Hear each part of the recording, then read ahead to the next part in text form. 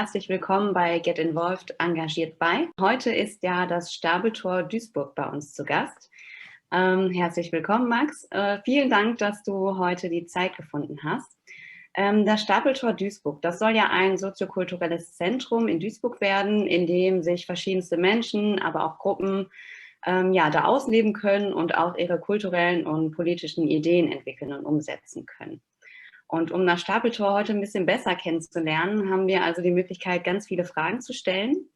Und gerne können auch die Zuschauenden eure Fragen direkt in den Chat stellen. Die können wir dann im Laufe des Gesprächs aufgreifen und auch beantworten lassen.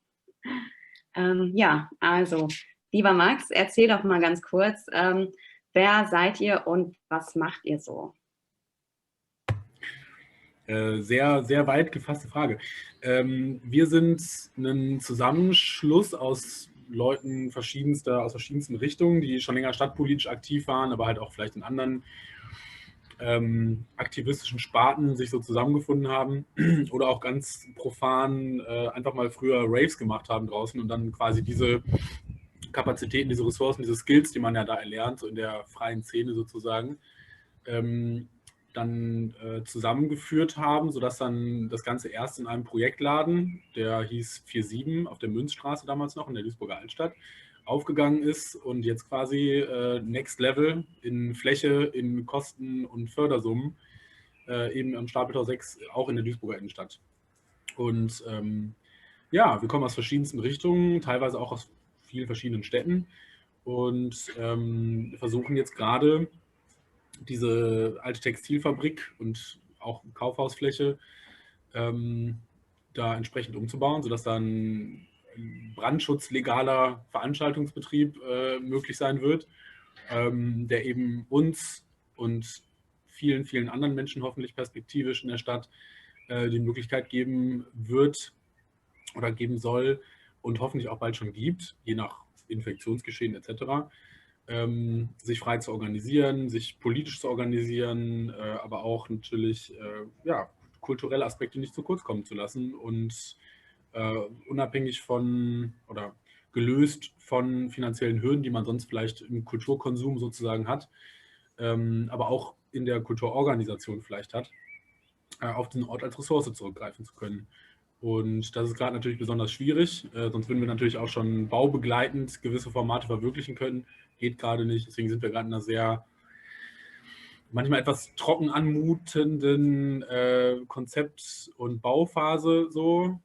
Trotzdem ist viel auch hands-on und viel Support und vor allem immer wie sagt man denn, Einflüsse und Ideen immer sehr willkommen, gerade in dieser Phase. Und abgesehen davon hoffen wir eben, dass wir im Ratsbeschluss der Stadt im Juni die Fortförderung zugesagt bekommen. Wir stellen Anträge, wir fahren Kampagne, wir versuchen gegenüber der Stadt zu performen und die Wichtigkeit und die Funktion eines solchen Ortes zu unterstreichen gerade, was schwierig ist, weil wir, wie gesagt, keinen großen Betrieb machen können und hoffen dann eben, dass all diese Bemühungen Früchte tragen und wir dann auch langfristig nach der Erprobungsphase jetzt im städtischen Haushaltsplan verankert sind und somit städtisch gefördert werden, weil der Betrieb eines solchen Ortes ist ohne Fördergelder nicht möglich aktuell. Cool. Danke schon mal für diesen ersten Eindruck. Wie kann ich mir das denn ungefähr vorstellen? Wie viele Leute seid ihr denn jetzt im Moment so, die sich da quasi an dem Umbau oder an eurem Kulturzentrum beteiligen und engagieren? Das ist immer sehr zyklisch sozusagen, wie viele Leute hier gerade am Start sind, wie viele nicht. Das handwerkliche Kerngeschäft läuft ganz gut, auch wenn da eher chronisch zu wenig Leute da sind. Aber da gibt es auf jeden Fall die größte Kontinuität gerade, weil halt gebaut werden muss. Mauern müssen hingestellt werden und so, Türen müssen eingefügt werden, Brandschutzregelungen müssen eingehalten werden, erfüllt werden und so. Boden verlegt, Sanitär installiert, Lüftungsanlagen etc. Übrigens alles Herausforderungen, denen wir uns ungelernt stellen. Ne? Also niemand von uns hat vorher schon mal eine Baustelle geleitet, zumindest nicht in der Größenordnung. Aber wir lernen entlang unserer Aufgaben und ja, es könnten immer mehr sein, kurzum. Ne? Also das Basisplenum, wo Entscheidungen getroffen werden, wo aber auch Wahlen getroffen werden, aber auch der SupporterInnenkreis, perspektivisch auch vielleicht ein Förderkreis und sowas, kann immer mehr sein. Davon lebt so ein Ort auch. Nicht nur, dass dann mathematischer Bedarf sozusagen da ist, sondern halt auch, dass da eine Pluralität von verschiedensten Ideen und Einflüssen halt ist und auch Perspektiven, die das Ganze erst so richtig ins Laufen bringen. Das klingt auf jeden Fall sehr spannend, was da bei euch so passiert gerade.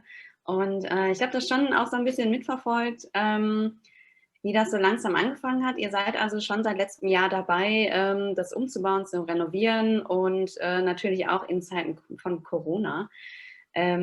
Ja, wie ist denn da so der Rückblick quasi auf das letzte Jahr? Wie habt ihr das oder was habt ihr da alles trotzdem hingekriegt? Also was wir eigentlich alle am liebsten machen, sind Veranstaltungen und Kunst im weitesten Sinne und Politik. Alles Sachen, die gerade sehr schwer zu machen sind. Wir haben stattdessen viel Konzeptarbeit gemacht, sprich Awareness-Konzepte erarbeitet oder befinden uns auch noch in der Erarbeitung derer. Interne Fortbildung, zum Beispiel einfach, also sozusagen eine methodische Professionalisierung in bestimmten Sachen, die wir eh schon irgendwie vielleicht drauf haben oder denken, wie zum Beispiel Antirassismus-Trainings und sowas. Also in dieser Konzeptarbeit und der internen Fortbildung hängt auch viel damit zusammen, eigene Privilegien zu hinterfragen und sich da kritisch mit auseinanderzusetzen, um eben in Zukunft diesen Anknüpfungspunkt für die Diversität, die wir nicht nur prestigemäßig haben wollen, sondern die wir halt einfach als soziokultureller Ort brauchen werden, zu haben.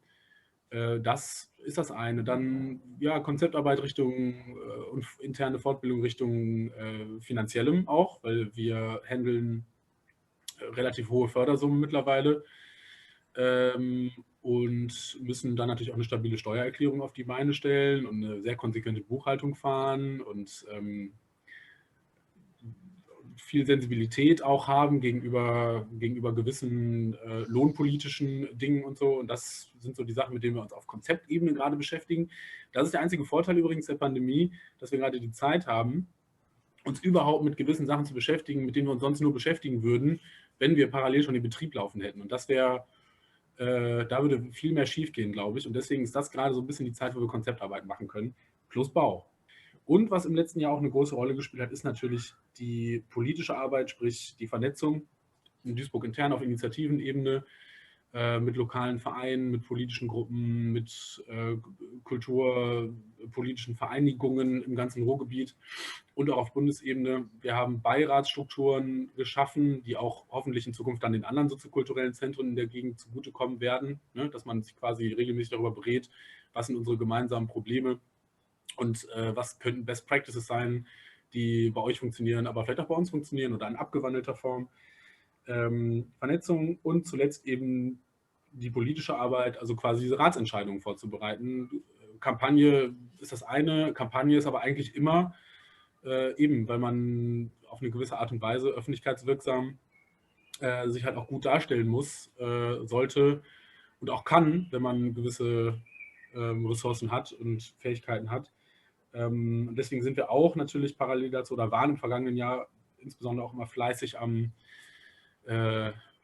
Public Relaten und Kampagnieren und auch lobbyieren, weil wir natürlich auch im Hintergrund uns mit der Kommunalpolitik und mit lokalpolitischen Verantwortlichen in den engen Austausch begeben müssen, um diese Ratsentscheidung vorzubereiten.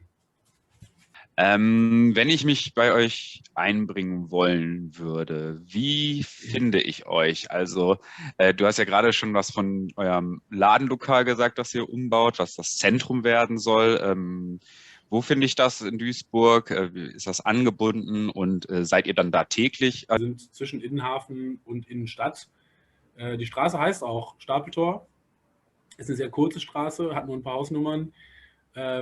Als klar war, dass wir den Raum haben werden, ist dann ganz schnell die Adresse zum Arbeitstitel und der Arbeitstitel zum Namen des Ortes geworden. Also man findet uns am Stapeltor 6, 47051 in der City. Und die nächste U-Bahn-Station ist König-Heinrich-Platz. Die nächste Nextbike-Station ist eine Synagoge im Innenhafen. Und genau, da ist quasi das Zentrum unseres Waltens. Kontakt kann man gut aufnehmen über die Social Media, über die gängigen Social Media Plattformen natürlich. Einfach gerne eine Nachricht schreiben, yo, ich habe das und das, ich habe die und die Idee, die würde ich gerne umsetzen. Ansonsten kann man uns auch immer eine Mail schreiben an info@stapeltor.de, wo man dann entsprechend weiter vermittelt wird an die entsprechende Stelle, die da vielleicht weiterhelfen kann. Es klang ja jetzt raus, also wenn man auch Ideen hat, sich einzubringen, kann man auch damit zu euch kommen. Aber habt ihr denn auch schon so was geplant? Also welche Bereiche und auch Schwerpunkte soll es konkret bei euch geben? Das ist in unserem Fall schwer zu beantworten, weil man kann sich das Ganze halt nicht als eine Location vorstellen, die selber ihr Programm kuratiert, sondern im Gegenteil, natürlich werden wir auch hier und da einzelne Programmpunkte schaffen, aber die Grundidee ist ja, dass neben diesem tagesgeschäftlichen Veranstaltungs- und vielleicht auch Kaffeebetrieb und so oder gastronomischen Betrieb Leute herkommen und das Ganze halt füllen.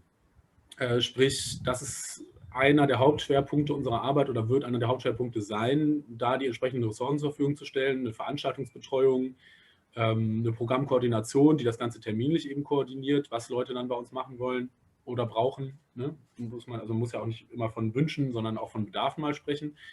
Bedarfe auch ganz wichtig in einem sozialen Schwerpunkt, den wir nach und nach auch entwickeln wollen, mit also unter professioneller Beratung, wo es dann halt um sowas gehen kann wie soziale Stadtteilarbeit und Jugendarbeit, womit wir uns halt langfristig auf jeden Fall auch ausstatten wollen, weil wir auch glauben, dass aus einer soziokulturellen Perspektive sowas nochmal eine wertvolle Ergänzung bis Bedarf sein kann einer städtischen Umgebung.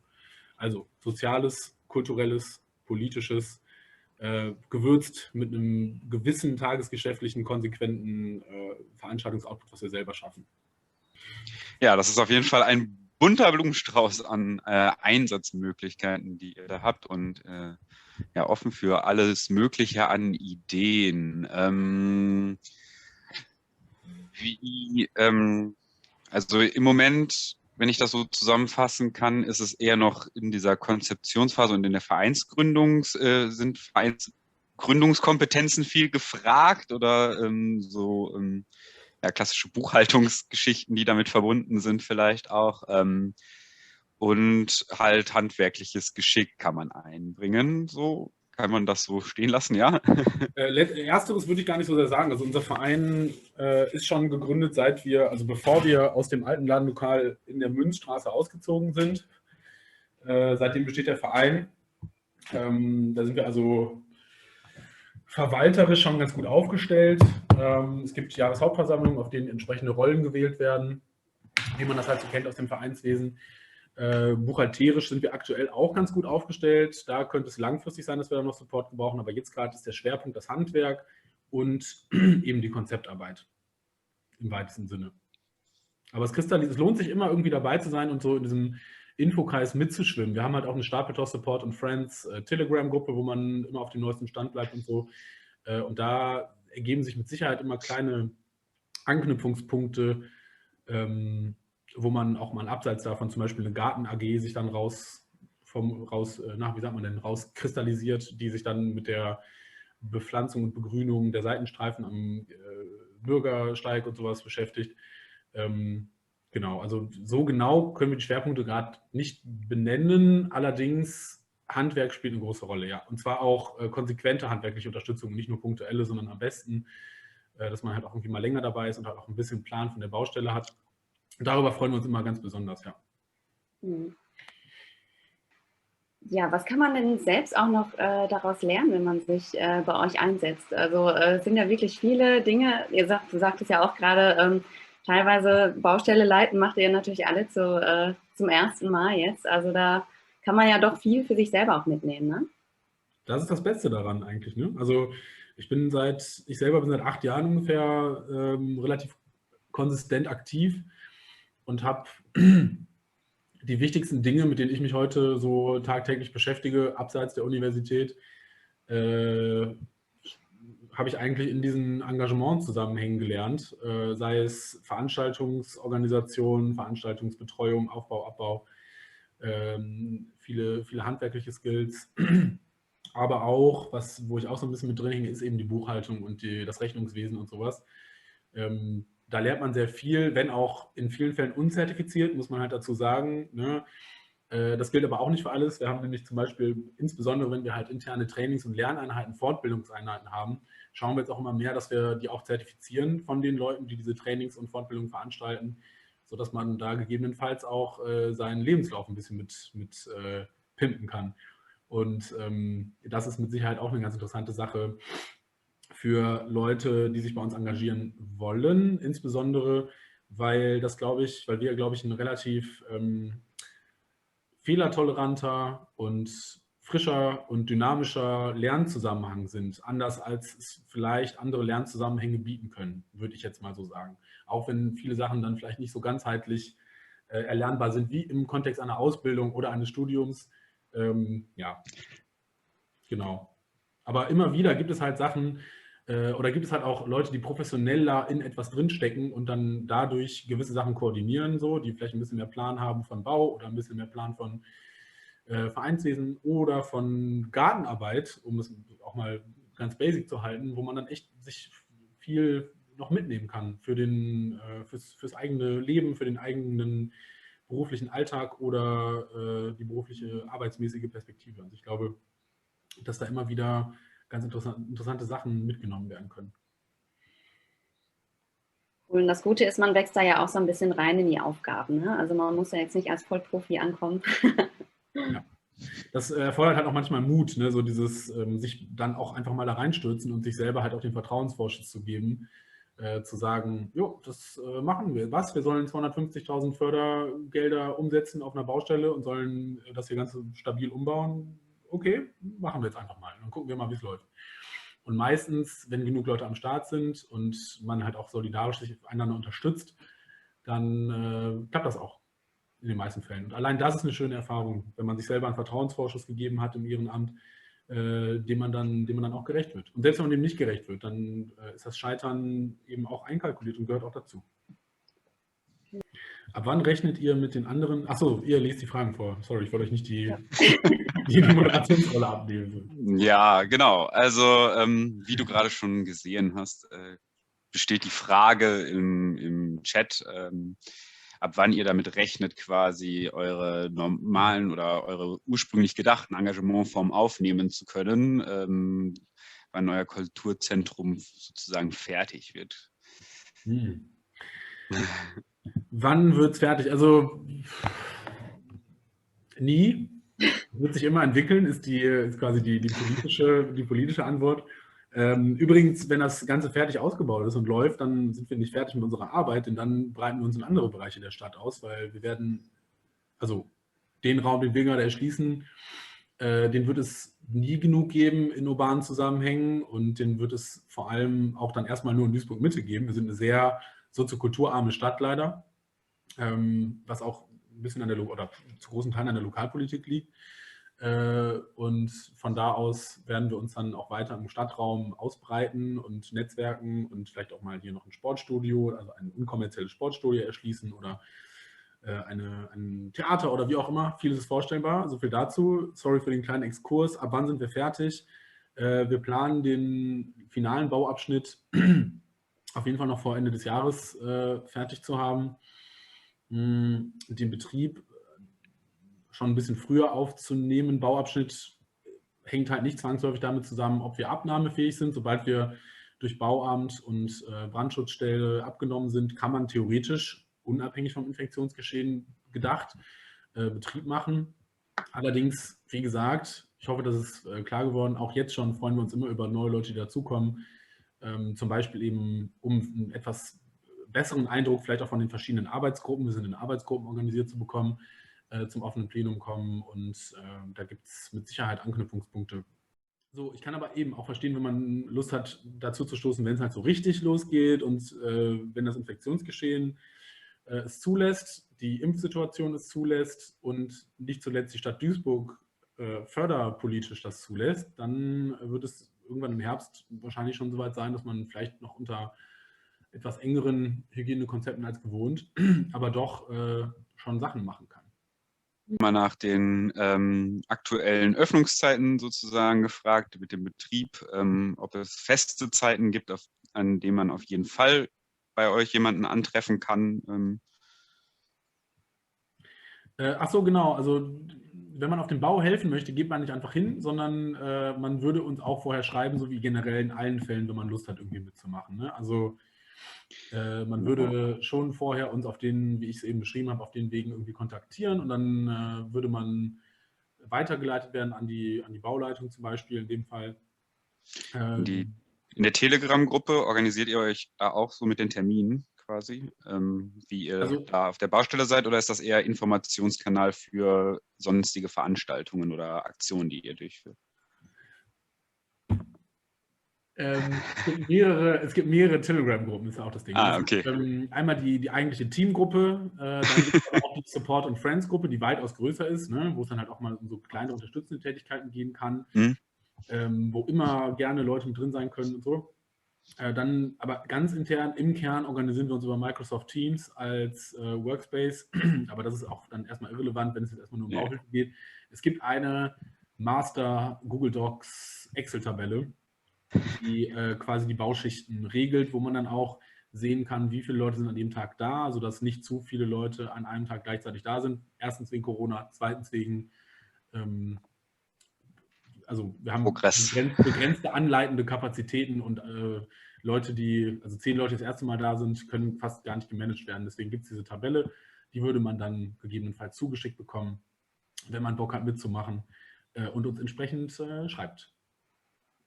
Dann danke ich dir, Max, für deinen Einblick in euer spannendes Kulturzentrum und hoffe, dass wir bald wieder raven können. Aber bis dahin werdet ihr wahrscheinlich auch noch ganz viele andere spannende Projekte mit auf den Weg bringen und mit der Baustelle auch genug beschäftigt sein. Ja, danke auch von mir. Ich bin gespannt, was sich so ergibt beim Stapeltor in der nächsten Zeit. Ja, danke nochmal für deine Zeit. Danke für eure Teilnahme, also auch aller, die jetzt drin rumschwimmen, und vielleicht sehen wir ja die ein oder andere dann beim offenen Plenum oder sonst wo. Ich würde mich freuen. Alles klar. Danke und bis dann. Jo, bis dann. Tschüss. Gut. Ciao, ciao. Tschüss.